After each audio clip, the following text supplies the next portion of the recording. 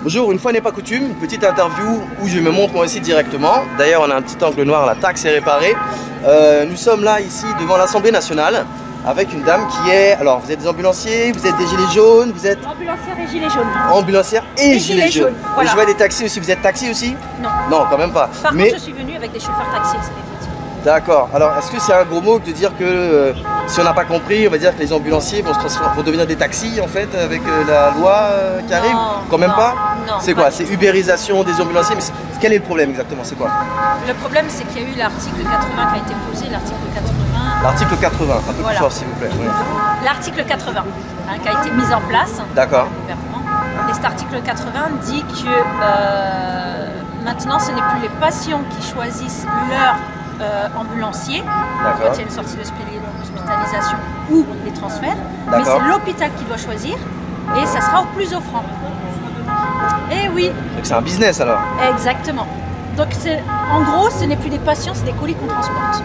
En gros, c'est ça, grossièrement. Comme la poste alors. Voilà. Donc les hôpitaux ont une enveloppe mensuelle. D'accord. Voilà. Je ne sais pas si c'est imposé par l'État ou quoi. Et c'est à eux d'aller choisir l'ambulancier au plus offrant pour pouvoir transporter les patients. Voilà. Donc ça... Pour les petites boîtes d'ambulance, c'est pas possible.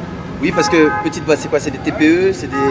Comment c'est pas des grosses structures forcément? Voilà, ces petites structures, pour elles, c'est pas possible de baisser les tarifs. Et qu'est-ce qui se passe si le gouvernement fait sourde oreille et que ça passe quand même?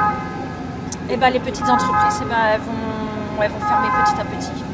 Ce sera plus possible pour les patrons. Donc c'est des familles, ils ne peuvent pas baisser les tarifs. D'accord. Là, on est déjà à ric-rac en fait. Exactement. Et les taxis, je pense que ça va être pareil. Alors oui, il y a les taxis aussi, ouais, avec... ça c'est l'ubérisation de la société un petit peu.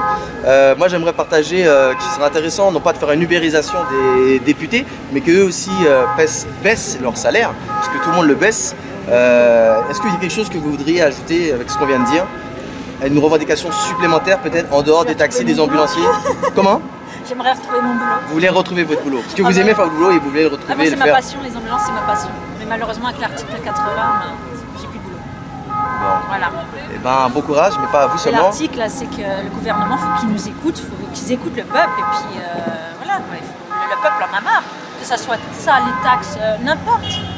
Parce que le gasoil augmente dans les ambulances et les taxis. Ben, ils en prennent un coup. Les chauffeurs routiers, ils en prennent un coup. Les TP, ils roulent au fuel. Les TP, c'est quoi, pardon?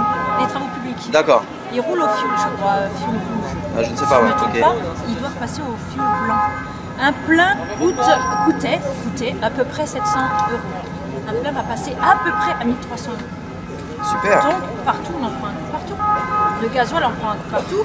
Il y a après la CGT, il y a les taxes partout, il y a la retraite qui est repoussée à 63 ans, il y a plein de choses comme ça qui font que la SAMU aussi, à partir du 1er janvier, qui n'existera plus.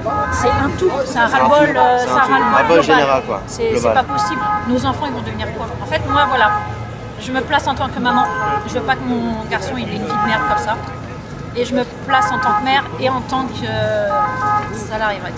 Eh ben, c'est clair. Donc à nous de choisir si on reste spectateur ou si on devient acteur pour que les choses changent concrètement. Il faut devenir acteur pour que ça change.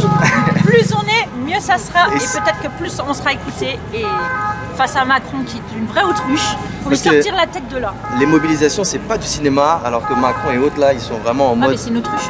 Acteur, mais voilà quoi. Et encore, il n'est même pas là pour écouter le peuple. Il n'est même pas là pour voir ce qui se passe. C'est une autruche celui-là. Merci beaucoup, à bientôt sur d'autres vidéos et merci pour le témoignage. Merci.